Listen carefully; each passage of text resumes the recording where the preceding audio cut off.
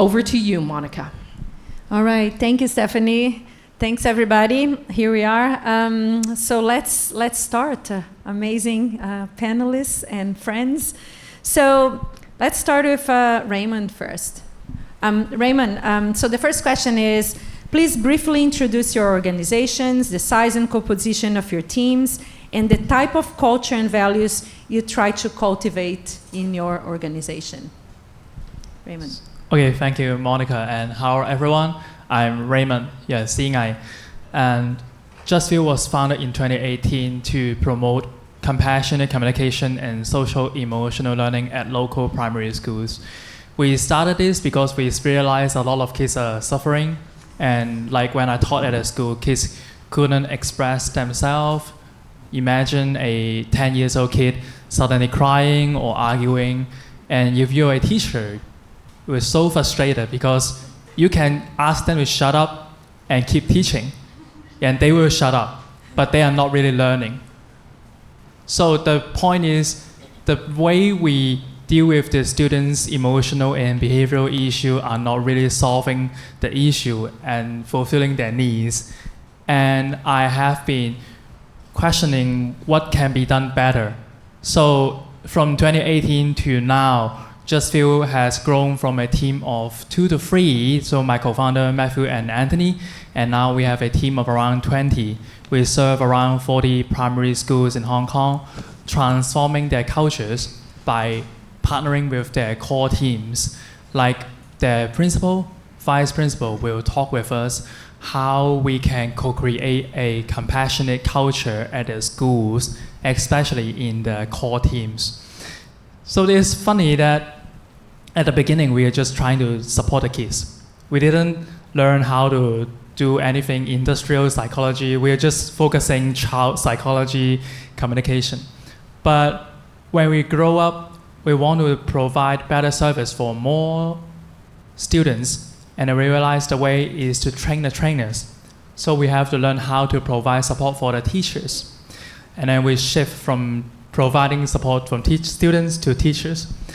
And then we realized that to support more teachers, we have to be a bigger team. So my focus shift from learning how to support teachers to learning how to support my team. And this is why we came across team psychological safety. And to Monica's question, what culture we wanna create? I want to put a helmet first. What I want to create doesn't mean what I can create. Yeah, maybe I cannot create what I want. The reality is very different from ideal. We really want to create a compassionate and humane workplace culture where people can be authentic and honest to each other, and which is very, very hard. And maybe I will pause here first because a lot of stories to be shared, but I will dominate the time, so I'll keep it short and stop here. Thank you, Raymond. Absolutely agree with the heart. Fion. Hi. So I'm Fion, and 10 years ago I started Time Auction as a side project with a friend. It's a charity that tried to get more people to volunteer. There are a couple programs, and I think perhaps most of you would know is we have a skill volunteer matching program where we support about 900 nonprofits to recruit different kind of skill volunteers, and I think many of you in this room are also on it. And if you're not, then feel free to come talk to me after. But basically, because it started from a side project, and then now we have a small team of 10 people. And I think the way that we think about culture when we were growing is basically, if no one is looking, how would that person behave? Is it consistent across the team? And if it is, then it's a evidence that you have a very strong culture. And the way that we think about culture is also, we learned this. We had the privilege to speak with someone who was CEO of Alibaba back in the day. So he helped Jack Ma build up the culture, and he taught us one thing, which is for culture is really not words on the wall, where it's like honesty, integrity, things that you would take it for granted. If you're a decent human being, you have those values. But culture is really values that are behaviors that you expect, kind of like what you said, the team norms. behavior that you expect and also you would celebrate and expect from the team. So what we learn is we have 6 main values, and for each value, there are 3 levels. At the basic level is at the minimum what we expect from everyone. At the second level, you're doing good. And at the highest level is you're doing exceptional. So for each value, there are these very clearly defined behavior that we would expect and celebrate. And when it comes to performance review, whether it's every half a year or annually, 50% of the performance review would be on the KPI, how the program is doing, but the other 50% is really on how that individual has been performing according to those values. And just to give you guys maybe like 2 examples. So one is innovation is such a big word, but at the lowest level is simply you're always trying to find the simplest, easy way to achieve what you want to do. At the second level is you would constantly try to challenge existing processes and think of a better way to do them. And on the highest level is you dream big, but you test small and you try to pivot along the way. And a lot of our programs that really came from an idea like that, and then we tested it, it works, and we try to find foundation to support and build it out. But that's one example. Another example of value is teamwork. So at the lowest level, you always are transparent about your, at the lowest level, you always seek feedback. And at the second level, you take that feedback and you would accept or decline, or basically you work on it. But at the highest level, you proactively try to give constructive feedback to everyone in the team, whether it's board member, whether it's someone more senior than you, whether it's someone who is completely outside your immediate team. But if you see something that you can think about a constructive feedback, like tell that person, that is the highest level that this could be achieved. I love it, yeah, and I love about what you said about what are your behaviors when nobody's watching, right? So I think that's a key thing, and focusing on those behaviors, those team norms. You should share the 6 values with everybody as well. Those are good. Loïc. Hello everyone, I'm Loïc. I run WISE. So what we do at WISE is we empower people through employment, specifically people living with disabilities. Anyone. It could be someone who's 15 years old, obviously legal working age, up to 70 years old. It could be someone who is not diagnosed as living with ADHD. It could be someone who's facing chronic depression. It could be someone who's legally blind, any types of disabilities. And we support them to find any types of jobs. We've placed lawyers, we've placed full-stack developers, we've placed cleaners, we've placed people into workshops with very repetitive tasks, all types of employment. To do this, I have an incredible team of 5 people who are themselves all living with disabilities, right? I don't do much on that front. Now imagine that you have 5 people in your team who all have very different disabilities, and for example, Jackie, who's our lead recruiter, relies on a wheelchair for his mobility, every day has different struggles, but he is one of the best recruiters that I know, and I've worked in recruitment for 10 years. Christy, who's our campus recruiter, who works with 11 universities, has a reach of about 2,000 students and is actively helping 150 students with special education needs, can't talk on the phone because she's hearing impaired, and she still gets all of that done, right? So we have the classic challenges of all of us here, which is resources, time, funding, etc. And so that's why that's my team, my composition, and my values, and the way that I try to create values in my company is I do nothing. In the sense that my brother says I'm lazy intelligent, which means that I try to find ways that I don't need to do much. I hate being a people manager. I'm not a people manager. I'm someone who's creative and an entrepreneur, and that's it. I'm terrible at leading people. If I needed to micromanage someone, they'd probably quit before we even started, right? I am not a people manager, which is why I just let people do what they want. So actually every single day, I start my day by calling my team, except for Christy, where we do video calls with live captions. And I just say, right, what's your plan today and how can I help, right? The plan today that's, you tell me, you don't tell me, oh, I'm busy, I can't share, fine. What's my job? Oh, I need you to follow up with that client, I need you to do this, I need you to go buy this, I need budget for this, and that then becomes my job. And I just empower the team to do the work because they have much better solutions than I do because they're the ones on the front lines, right? And by doing that, they can also come to be their full selves to work. In terms of values I expect, very similar to what you said, I think we have some values that someone in marketing did for us one day when we paid a lot of money for a consultancy, and we have these beautiful 6 words somewhere in a drawer. We don't use them, it's just respect, and it's all about, are you able to deliver social impact whilst being respectful, collaborative? Are you a kind person? That's very hard to measure, but I think we can all honestly say we know when someone's kind and not kind. And customer service. The biggest thing for us is, are you getting good feedback from your customers? And by the way, our customers are our candidates, obviously. Our clients are the employees. That's what I'll say. All right, wonderful. Thank you, Loïc. All right, so let's move to the next question. Can you each share some of the practices or policies you have implemented to promote a supportive and psychologically safe organizational culture? How do this practice target team performance and team dynamics beyond just the one individual? So can you share some stories? Raymond? Yeah, one very important ritual in Just Feel is celebration and mourning and learning. So this is a ritual originate from the theory compassionate communication or nonviolent communication. The beginning was the team conflict.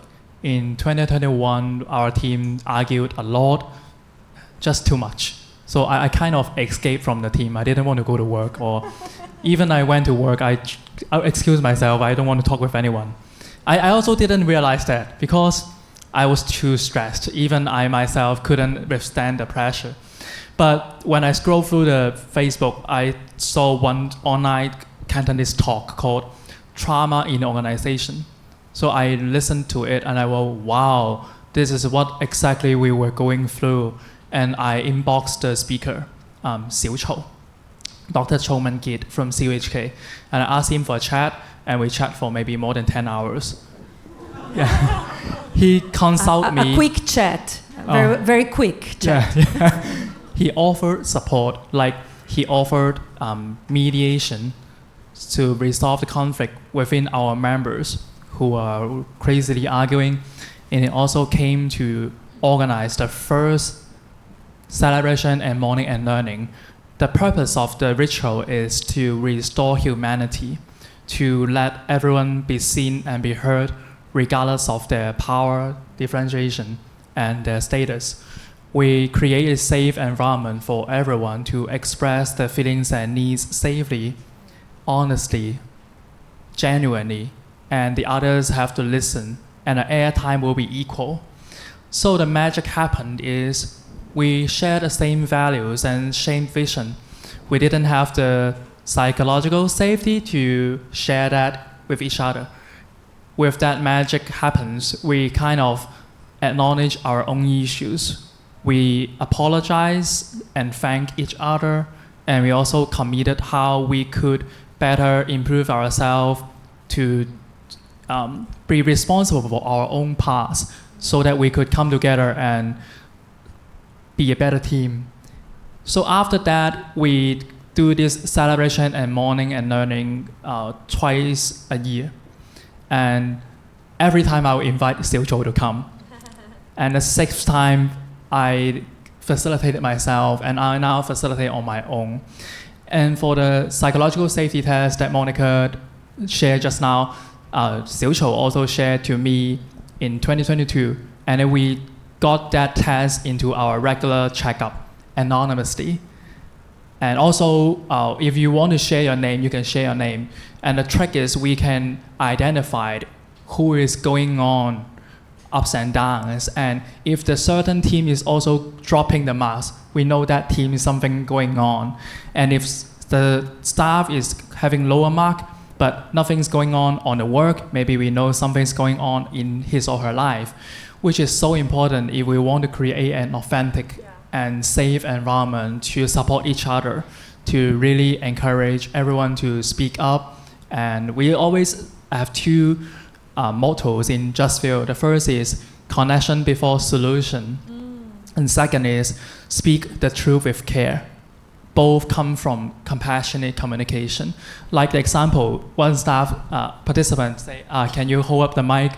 This is a way of showing what you need, but maybe in an environment which is not safe, they will just, I cannot listen, but I will also not tell you I cannot listen.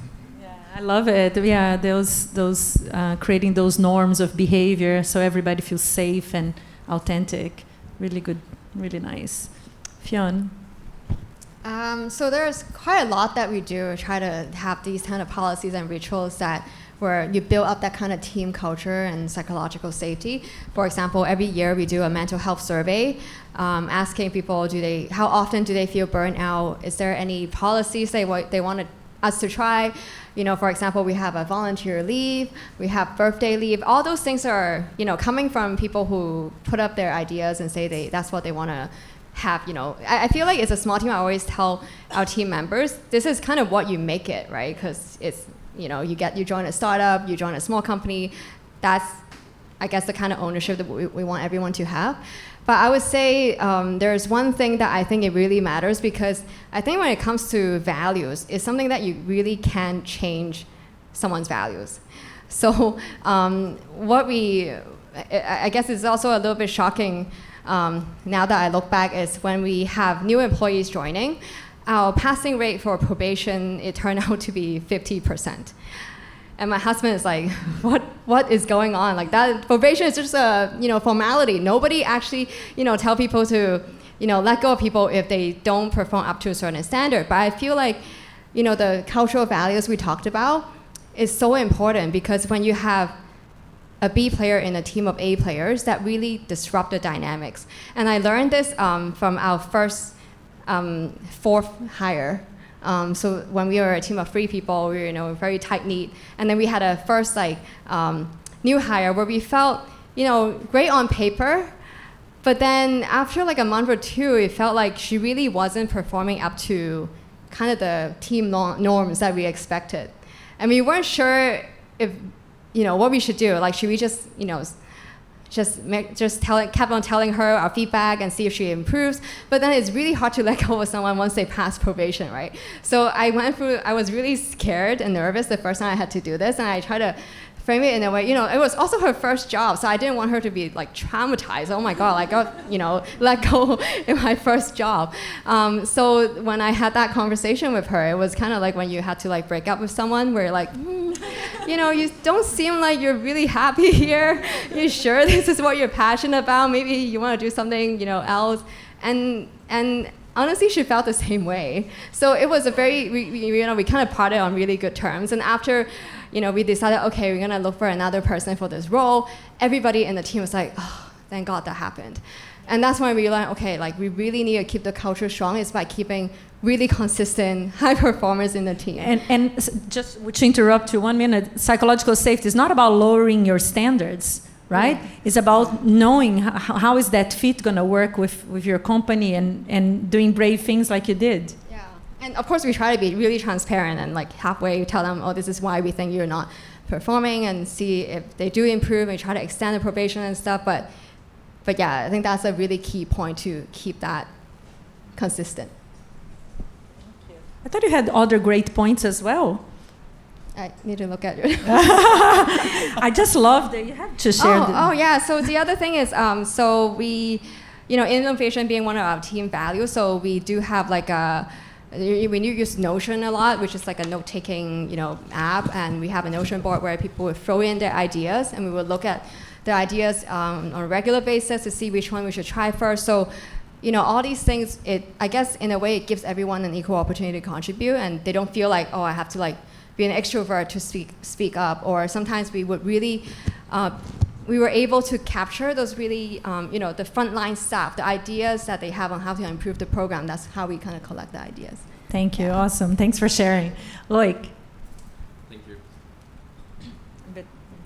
Test. There we go. So unsurprisingly, we don't have, as you've heard from my approach, we don't have a lot of policies, a lot of fixed things, right? We're also a small team. I'll probably, and that'll be a headache for me, need to start putting those policies when we get into a certain size to make sure that culture continues. Maybe, maybe not. I'll learn that when I get there. We'll learn that. But the one thing that we do as a team is we share each other's objectives. And I think that's what we tell our clients too when they employ, is everyone in the team knows exactly what every other person is doing and how their performance is measured, right? So there's no crossover. We've never had an issue of, oh, this is my job, not your job. Never happens. And also of, oh, I feel this person is not working. We might get, oh, I feel this person is not performing, but that might be external factors. It might be they need help, but it's never a judgment, right? And that's why, for example, we have full flexibility. We had one of our staff at one point go remote work from Australia for 2 months, right? And that was perfect. She actually performed much better than usual because she had more time, and in a way that I was not so happy, she was working longer hours because she was just so comfortable in a beach house, and so she'd work till like 10 p.m. and get more stuff done. I would be comfortable in a beach house as well. And less interruptions, right? So everyone knows exactly what they're doing, and I think that's super, super key. And we go through the objectives. Everyone's got above their desk their quarterly objectives. They're very clear, and they're co-designed, right? Nothing comes from top down, except for, and that's very, very clear, certain things like safeguarding our customers, right? There's certain things we can and can't do. We can't meet our customers in private places. We can't go to meetings room without windows. There's certain safeguarding policies. There's obviously certain data privacy. Recently, everyone in the team has adopted different AI tools. And at the beginning, I thought, oh, this is such a risk area. And then I thought, okay, just do whatever you want. Only one rule, never, ever, ever any customer data in the system, ever, under any circumstance. And as long as that rule is respected, then do whatever you want. Pick your own tools, right? The one area, though, because everyone performs really well in my team, and I'm very proud of that, the one area they actually struggle with, and I have to step in as subtly as possible, is personal connections. Because they're always working, and they're always remote working and on the road or at meetings, etc. And so sometimes I can just feel that when they're in the office, it's almost like awkward small talk between some of them. Oh, that's weird. We've been working together for years. Like, that's a bit weird. And I have a great connection because there's only 5, and so I can chat with each one individually. But then between them, it's a little bit rigid sometimes. And so then I'll focus on that, and I'll explain stories, and I'll get them connected, and we'll do an outing, etc. So that's the one area that I have to step in. But also getting them involved in all the decisions and empowering them to make their own decisions. So for example, every team, every person has their budget, right? They don't have to come and say, oh, can I get this expense approved? Just do it and then submit me the receipt. You don't have to ask me because you have your budget already, right? So have full transparency on that. Those are some of our policies. And for example, you made me think of one story with the hire. They are involved in the hires. So we had someone who I was so thrilled. This person was amazing. I had a great interview on paper. They were just perfect. And I was like, the team's going to love this person. I walk into the office after the interview with this person, and I come and show them the office. And as we usually do, I say, have a chat for 30 minutes. I'm going to go and grab coffee or do something. And when I came back, let the candidates, I showed them out and asked the team, so what did you think? And they, no. And so I didn't hire the person because they didn't want the person, right? For very specific reasons. It wasn't just, no, we don't like them. It was for this and that reason, and here's an example of how it happened in our conversation. And I was like, okay, well, fine, that makes sense. I didn't see that, so we won't hire that person. And that helped in that case. So I suppose not a lot of policies and processes, just really letting the team be empowered to do what they want through very strict no-go areas, data privacy, customer safeguarding, etc., and the rest do whatever you want, but always communicate. So if you're working from home, you tell the team. It's in everyone's diary. If you're on sick leave, you tell the team. If you're traveling, it's in everyone's diary. It's very communicated. Really like empowering the team, right? I think that's something that I'm hearing from everybody here. So Fion, we'll go to you now. As a leader, it can be challenging to promote a flexible and open culture while still communicating clear boundaries and expectations. And actually, when we all talk about working from a beach home, so how do each of you balance these priorities when setting boundaries, taking on risks, dealing with mistakes from the team? So what are your thoughts on that, Fion? I feel like if the culture is strong and all that is kind of system set in place, there's not a lot of managing to be done. Obviously, in the initial, I feel like the actual onboarding would be about 6 months, where the team really get, the first 3 months, like mainly how to do all the program stuff, and the rest of the time is like, how do you want me to kind of behave here? Is it can I just work from home any day, or can I just tell my team? All these like behavior, it takes some time for them to really get it. But I think having those cultural norms set in place, then there's not a lot of managing to be done. And I think like the other thing about, one of the points that you mentioned, everybody having a really clear scope of responsibility. So everyone has their own set of like what they own and the KPI that they are kind of looking at, right? And every team meeting will kind of go through that or on a monthly basis. So it's really hard for you to be free riding or just not working when you're at a beach house, if that's So yeah, I feel like it's really transparent that way, and I think people would know. Yeah. Sounds good. Raymond? So I have a lot of things going on. You only have 3 minutes. Yeah, I know. Thanks for Then limiting Loïc. my time. My staff always limit on my time, which is a sign of psychological safety. Ask me to keep it short. Don't share too much framework. Actually, Amy Emerson talked about your question. Amy Emerson wrote in the FELIZ organization and her latest book, The Right Kind of Wrong, saying 3 kinds of failures. The first kind is preventable failure, the second is complex failure, and the third kind is the intelligent failure. So we embody that concept into our organization, and we try to differentiate the failures into, are they intelligent, are they the new trials? Because innovation definitely involves trial and errors. If we are punishing someone who are doing innovation, then no one will do innovation. But if someone is failing the basic and preventable failure, maybe what we need is trainings, and also maybe the person is also going on something very personal. So in our organization, we try to provide some counseling support, and also we encourage each other to go to counseling or coaching. I think Just Feel maybe is the organization I envision to be the most open organization where people can freely share what personal things they're going through to solve in counseling without exposing too much to others. So this is so hard to keep the healthy boundary, because every relationship needs healthy boundary. But maybe in the traditional world, in the professional world, which is understood in the past, is let's keep it personal, professional, and nothing personal. But in my opinion, it's not possible, because everything can be personal.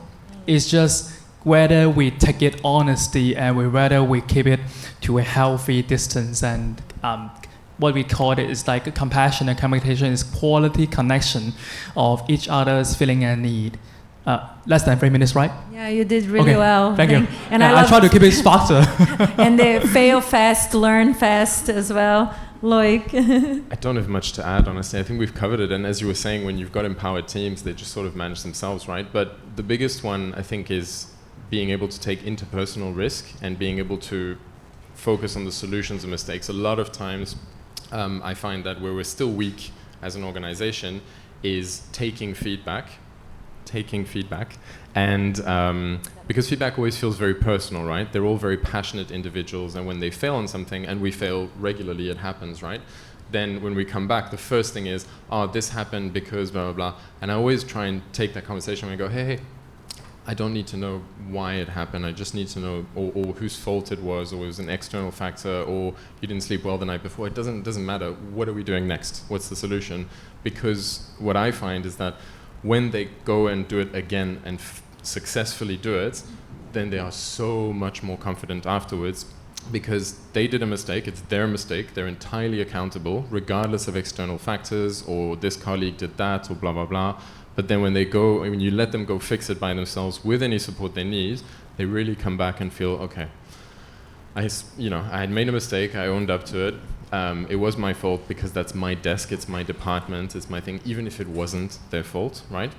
And I was empowered to go out and do it and fix it, and now I know that everything is fine, right? And confronting and being able to take the feedback is sometimes an area where a little push is needed to go, right, you got that negative feedback. Have you spoken to the client? No, I just sent them an email. Can you try a WhatsApp or maybe a phone call to actually just say, hey, I got your message. I'm not ignoring you. I'm just trying to digest what's happened. Do you have any tips, tricks, etc.? So really getting them to focus on the solution and confront the issues is something that I think requires a little push at times. That's the only area that I'd focus on in terms of safety for making mistakes. I think it's so important to create that safety when people make mistakes, but also not ruminate on the problem. Like what you're saying is I think a key question is, what have I learned from this? How can we do it better? Right? And then go with that rather than, oh, the problem or who did it, blaming game. So that's great. Well, thank you, everybody. So I think we'll open now to questions from the audience. Anybody? Thank you. Hi, thank you for the sharing. I want to know, when we work with the team, we may work with the inner team and the other teams. So to advocate the TPS, when we work with other teams, so what should we consider to adjust how we build the TPS, or what kind of approach when we work with other teams that may be in different level of, we can manage the team or help the teams. So like different teams within an organization. Does anyone want to take that? Or? I guess I'll repeat something I said earlier, because we have very small inner teams, as you can tell from an organization of 6 people, but we do have 3 different teams. And the one thing is, again, just having very clear understandings of what each team does and how their performance is measured. That really, really helps, because some friction we'll sometimes find is, oh, I needed a hand for this career fair and I didn't really get the support I needed, etc., or the opposite. And it's because everyone knows very clearly what they're doing and what their remit is. But I think probably from a TPS perspective. Yeah, from a TPS perspective, what happens many times, people don't get the teams to work together and develop because they're waiting for the big organization or the top management to do it. But the way I encourage people to look at it is to look at micro teams that then build the organization, right? So people sometimes, let's work at the organization if there are 100 people in your organization. But focus on that 10 to 12 or 8 to 12 and work on those teams to develop them. And then you will have a better, more psychologically safe organization, and then more team learning, and then better performance. So work on those groups and don't just wait for one thing on the top. Yeah, that would be my thought. Any other questions? Thank you for your question. Okay, 2 questions here. Thank you for the sharing. My name is Celine from Justice Without Borders. And I really agree with what Monica just said, that having TPS is not about lowering your standards. And sometimes we do need to let people go. And but I feel like when you're letting a person who might be with the team for a while and probably is quite well liked by the team members, but the relationship no longer works because she's underperforming, for example, how do we keep the TPS intact when we have to let people go? Because I feel like this is a prime example where people, the other team members, the remaining team members might feel like, a certain behavior, traits are not forgiven or not tolerated. Yeah, how do we keep that intact? Well, I haven't, because that's exactly a problem I'm trying to avoid, which is letting people go after they've been with the team for a long time. And but I do think that one thing that might help, because I feel like when someone is not performing, it doesn't mean that you hate them or like, oh my God, like, let's just never talk to this person again. It's not like that. So I feel like you still want to, it's just not the right fit, right? So I think the way that we always try to do is, maybe help this person look for other opportunities that would be more suitable, and guiding them to know what they've learned about themselves throughout this probation period that didn't work out for them. And we still do some referrals for our past employees and recommendation letters, unless we really think that they're really bad, we will try to be honest. But I think, showing that you do care about them as a person, it will also show your current team that, it's not that I would do something that is so unforgivable here that, you will treat me with contempt, for example. We will still, try to support this person on their journey, but it's just that we are no longer on the same journey. Yeah. Raymond. So some failure sharing. I think NGO often face a frustration. It's like, NGO cannot fire people. But it's impossible. We have to deliver. Otherwise, how can we survive, and how can we be responsible for the funding we got? And what failure we got is we didn't communicate with the team clearly enough on what are the individuals' objectives and what are our consequences if anyone is not fulfilling the objective. So like what Loïc shared just now, everyone's objective is clear and everyone's performance has to be clearly tracked and is more transparent and equal. What we didn't do is to create a more transparent and more open platform to show everyone's output or outcome, whatever you call it, KPI, OKR, but so that everyone can know in advance that what's going on, who is going on, and if the objective is not fulfilled, then we may have to let go, because otherwise it's unfair to other people who is performing. So what we didn't do well is to first create that, and then inviting people to track, and then invite people to go if they really cannot perform. I think there is some sequence to be taken, and I like your idea that the platform is so important. Yeah, very good. And I think, you can implement things to see if the team can develop and perform. If that one person, you can implement things as a team. Those are the new norms or things we're going to try more or less of to see to give that chance to that person. But if they don't perform, then you just have to make a decision to let go and be honest. Just one more thing I'd say, it's a little bit zooming in on the process, but something that's helped me in the past, not at Wise, we haven't fired anyone yet, and I hope not soon. I'm actually more scared of someone resigning, but I'll have to embrace that. In the future, not now. I'd say when you have something like that happen, the communication process is really, really, really important. And so, for example, something like communicating at the same time, if you have the luxury of having 2 people in management or just 2 people who can do the communications, letting go of the person hypothetically in one room and addressing that with the team at the same time in the other room, just so there's no latency or no lag time between, oh, have you heard this and that, just quashing that, just being very clear and transparent. This is what happened at the exact same time. That's just one little practical advice that it's really helped me in the past. Totally agree. Thank you. I think we have one more question here.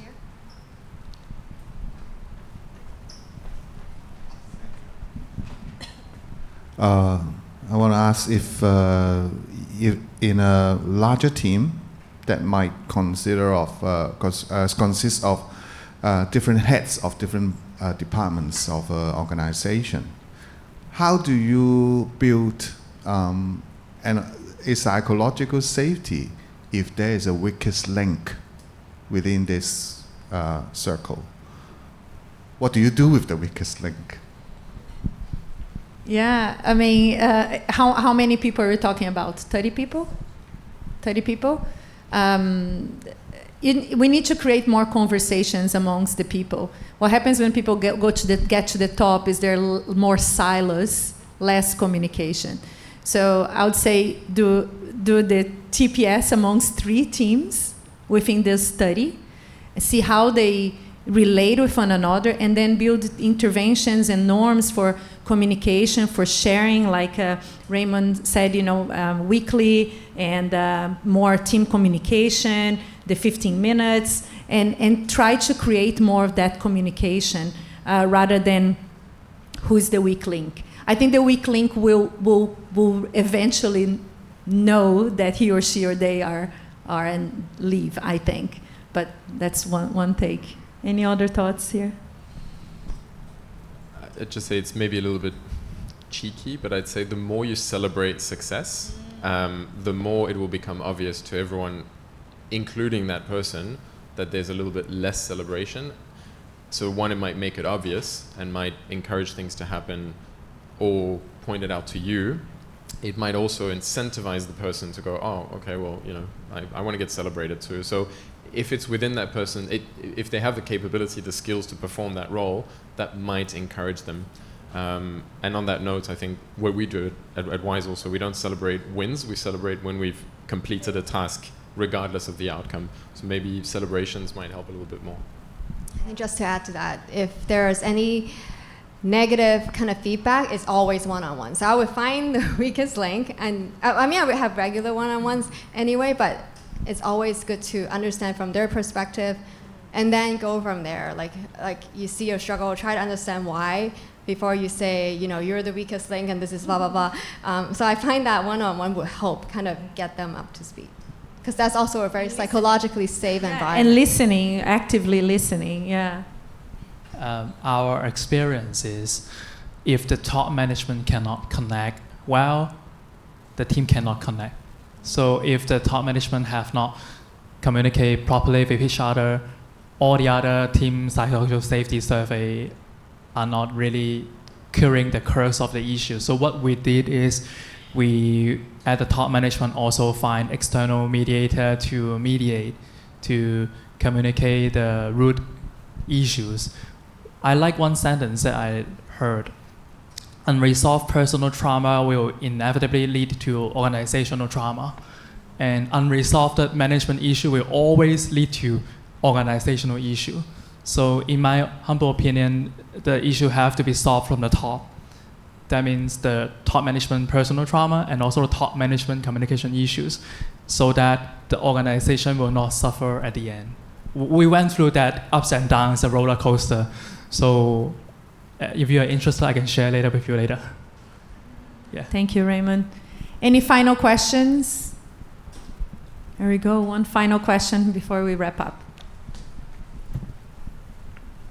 So there was a mention about external factors in general, and if, let's say, the staff is underperforming because of those external factors, how can we provide that psychological safety, but also as an employer, you want to have your work boundaries to make sure that they are still performing in a way that it's reaching whatever criteria you have for them?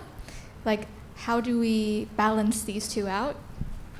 External factors as in like what kind of factors? Like external factors as in it could be their own personal issues. It can be them working with another team.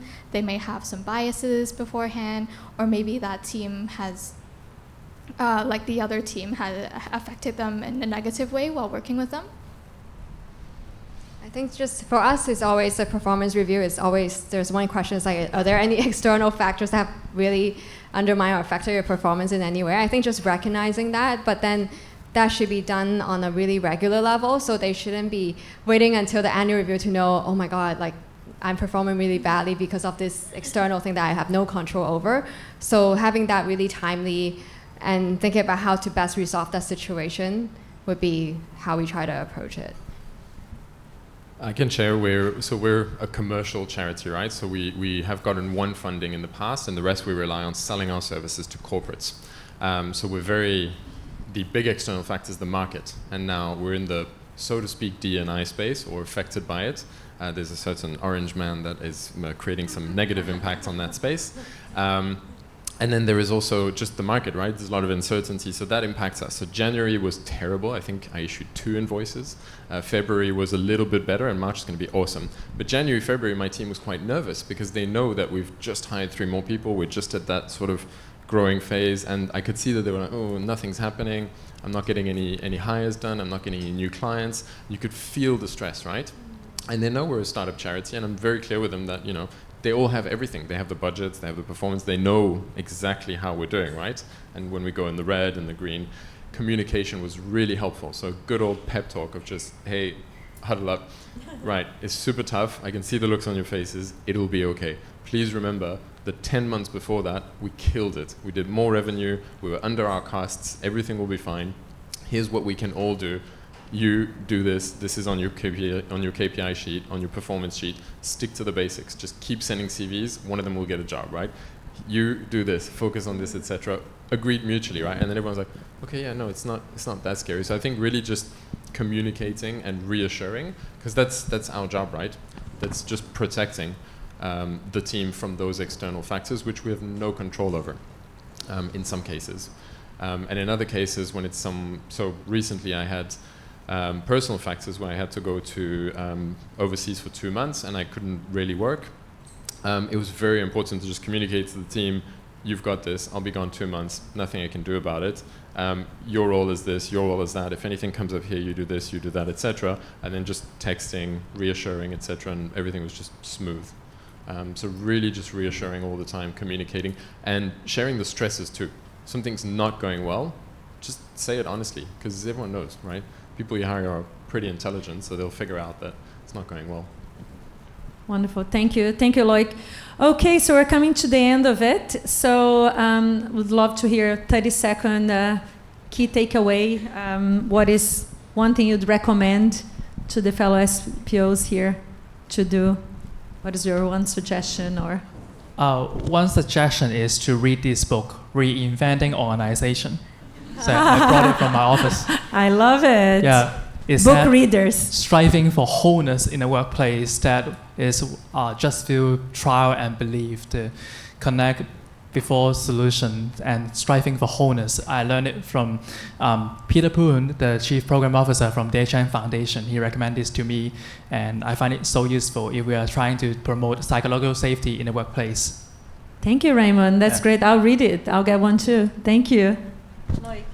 For me, I'd say the one action I'd recommend is to reapproach our roles as managers as just being at the service of the team. And, you know, ego aside, everything aside, and just coming in and saying every morning, just how can I help?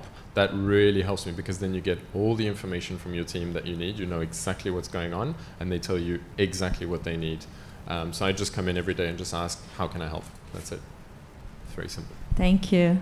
Fion. I guess one practical thing that I learned over the years is setting that value system, the different levels, so that people know exactly what you mean. It helps with onboarding, it helps with performance review. Just basically keep the culture, really translating that into actions and behavior. So I would encourage thinking about those values and setting those levels. Perfect. Thank you, Fion. Okay, give them a hand, everybody. Amazing. Thank you so much. Great panelists. Great discussion. Thank you.